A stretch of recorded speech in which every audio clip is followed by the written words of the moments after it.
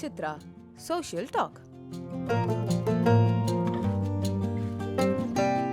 அடுத்த Chai with Chitra social talk நிகழ்ச்சியிலே பங்கு பெறுகின்ற விருந்தினர் பட்டிமன்ற பேச்சாளரான கவிதா ஜவஹர். இங்கே ஒரு அப்பா வருவாராம், மகனை கையில் பிடிச்சிக்கிட்டு வந்தாராம் போன வருஷம். அவன் கேட்ட எதையுமே வாங்கி கொடுக்கலையா, அவருக்கு மரியாதை இல்லையா. அவன் பக்கத்து வீட்டில் ஒரு பணக்கார அப்பா இருந்தாருன்னா அவங்க வீட்டில் போய் உட்காந்துக்கிடுவானோ, எங்கள் அப்பா எனக்கு எதுவுமே வாங்கி தரல, இன்னிலேருந்து நான் உங்களை அப்பாவை ஏற்றுக்கிறேன் சொல்லுவாங்களா? என்ன அர்த்தம் இல்லாமல் பேசுகிறீங்க? கடந்த 25 ஆண்டுகளாக பட்டிமன்ற பேச்சாளராக இருக்கின்ற கவிதா ஜவஹர் இதுவரையிலே 2000க்கும் மேற்பட்ட மேடைகளை சந்தித்திருக்கிறார். பொதுவாக இன்னைக்கு வாழ்க்கை எப்படி இருக்குது அப்படின்னு யார்ட்டையாவது கேட்டோம் அப்படின்னா பெரியவங்க 8 வாழ்க்கையை பிரிச்சுக்கோ அப்படின்னு சொல்லுவாங்க. ஆனால் இன்னைக்கு 8 கேள்விக்குள்ளேயே வாழ்க்கை முடிஞ்சு போயிடுச்சு. மொத்தமே 8 கேள்வி தான். என்ன குழந்தை, எந்த ஸ்கூலு, எத்தனை அரியர், எவ்வளவு சம்பளம், எப்போ கல்யாணம், எத்தனை குழந்தைங்க, உடம்புக்கு என்ன, செத்துட்டாரா? சொல்வேந்தர் சுகீஸ்வரத்தினுடைய தலைமையில் நடைபெற்ற ஒரு பட்டிமன்றத்திலே அப்பாவினுடைய சிறப்புகளை பற்றி இவர் பேசிய பேச்சு இன்று வரையிலே தமிழ் நெஞ்சங்கள் கொண்டாடுகின்ற ஒரு பேச்சாக அமைந்திருக்கிறது. ஆனால் அப்பா அப்படிங்கிறவரை நம்ம சாதாரணமாக எடை போட முடியாது. நம்ம எவ்வளோ கேலி பண்ணாலும் கிண்டல் பண்ணாலும் நம்ம கூடவே சேர்ந்து மெல்லிசாக சிரித்து கொண்டிருக்கிற ஒரு புன்னகைக்கு சொந்தக்காரர் தான் நம்முடைய அப்பா. நமக்கு எப்பயுமே அம்மாவுடைய அன்பு தெரியும், ஆனால் அப்பாவுடைய தியாகம் தெரியவே தெரியாது. பட்டிமன்ற மேடைகளிலே தனக்கு ஏற்பட்ட அனுபவங்களை பற்றி, திரை நட்சத்திரங்களோடு தனக்குள்ள நட்பை பற்றியும் பல தகவல்களை இந்த நேர்காணலிலே பகிர்ந்து கொண்டிருக்கிறார் Kavitha Jawahar. Chai with Chitra, Social Talk. இன்னைக்கு ஏறக்குறைய 2000 மேடைகளுக்கு மேலே நீங்கள் பேசியிருக்கீங்க. ஆரம்பம் எங்க? ராஜபாளையத்தில் இருக்கிற நாடார் மேல்நிலை பள்ளியில் 7ஆம் வகுப்பு படிக்கும்போது அப்போவே தொடங்கின ஒரு பேச்சு போட்டி. அப்போ எனக்கு பிடித்த தலைவர் அப்படின்னு தலைப்பு கொடுத்துருந்தாங்க. பேசி ஒரு 2 நிமிஷத்துலேயே நடுக்கமாகி, முதல் பட்டிமன்றம் அப்படின்னா 16/8/2000 பேராசிரியர் ராமச்சந்திரன் ஐயா அவங்க தலைமையில் மனித வாழ்வை தீர்மானிப்பது விதியா மதியா, அந்த வயசில் மதி தான் நம்ம வாழ்க்கையை தீர்மானிக்குதுன்னு ரொம்ப ஆக்ரோஷமாக பேசினோம். பட்டிமன்ற பேச்சு அப்படின்றது எப்படி இருக்கணும் அப்படின்னு நீங்கள் எப்படி அந்த காலகட்டத்தில் உங்களை வரைமுறைப்படுத்திக்கிட்டீங்க? பட்டிமன்ற பேச்சு அப்படிங்கிறது எதிராளியுடைய வாதத்துக்கு விவாதமாக இருக்கணும், நம்முடைய கருத்தை அழுத்தமாக சொல்லக்கூடியதாக இருக்கணும். வீட்டில் கவிதா எப்படிப்பட்ட பெண்மணி? புகுந்த வீட்டில் எப்படி அப்படின்னா, என்னுடைய கணவர் ஜவஹர் அவர்கள் ஒரு மிகப்பெரிய சப்போர்ட்டாக இருக்கிறாங்க. முதல் விமர்சகர் அவர் தான். அப்படியா? ஆமாம். உங்களுக்கு அடையாளம் கொடுத்த முதல் மேடை அப்படின்னா எந்த மேடையை சொல்லுங்கள்? விஜய் தொலைக்காட்சியில் நம்ம சொல்வேந்தர் சுகிசிவம் ஐயா அவங்க தலைமையில் தாயா தந்தையான்ற தலைப்பில் தமிழ்நாட்டிலே முத எல்லா பட்டிமன்றத்துலேயும் ஆண்களுக்கு ஆண்கள் தான் பேசுவாங்க, பெண்களுக்கு பெண்கள் தான் பேசுவாங்க. சுகி ஐயா திடீர்னு என்ன நினச்சாரோ, உங்கள் அப்பாவுக்கும் உங்களுக்குமான உறவு எப்படி?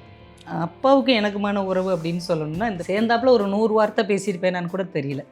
கரெக்டாக இந்த பேச்சே அப்பாவுடைய ஆத்மாவால் ஆசீர்வதிக்கப்பட்ட ஒரு பேச்சு அப்படின்னு தான் நான் நம்புகிறேன். ஏன்னா செப்டம்பர் 2 விநாயகர் சதுர்த்தி 2017 அந்த பேச்சு வெளியே வருது.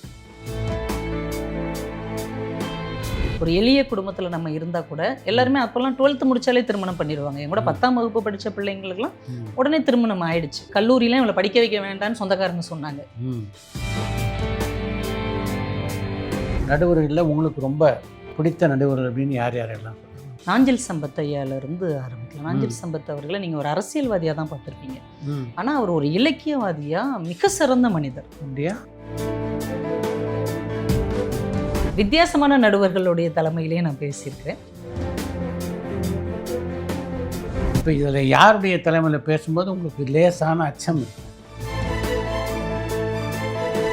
நீங்கள் இந்த மேடையில் இந்த விஷயத்தை பற்றி நம்ம இப்படி பேசலாம்னு ஒரு குறிப்பை தயார் பண்ணிட்டு போயிருப்பீங்க.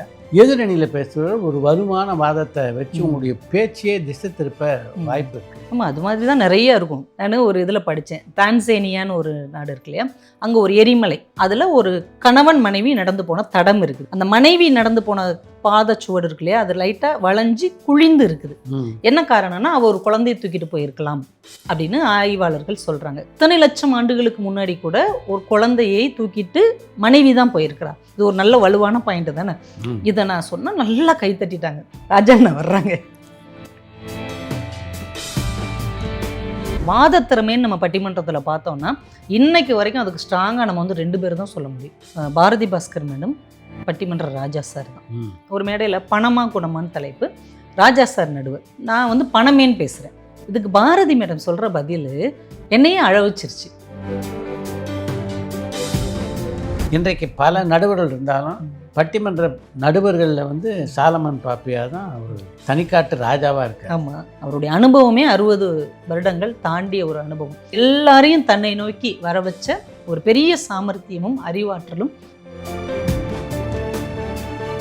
ஒரு பட்டிமன்றம் தொடங்குறதுக்கு முன்னாடி இந்த பட்டிமன்றத்தை எப்படி வழி நடத்திட்டு போகணும் அப்படின்னு முன்னாடி நீங்கள் பேசிக்குவீங்களா? இல்லை, அது நிறைய பேர் அப்படி தான் நினைக்கிறாங்க, ஏதோ ரிஹர்சல் பண்ணி நம்ம பேசுகிறோம் அப்படின்னு. பட்டிமன்றத்தை பொறுத்த வரைக்கும் ரிஹர்சலே கிடையாது. கல்யாண மாலையில் மட்டும்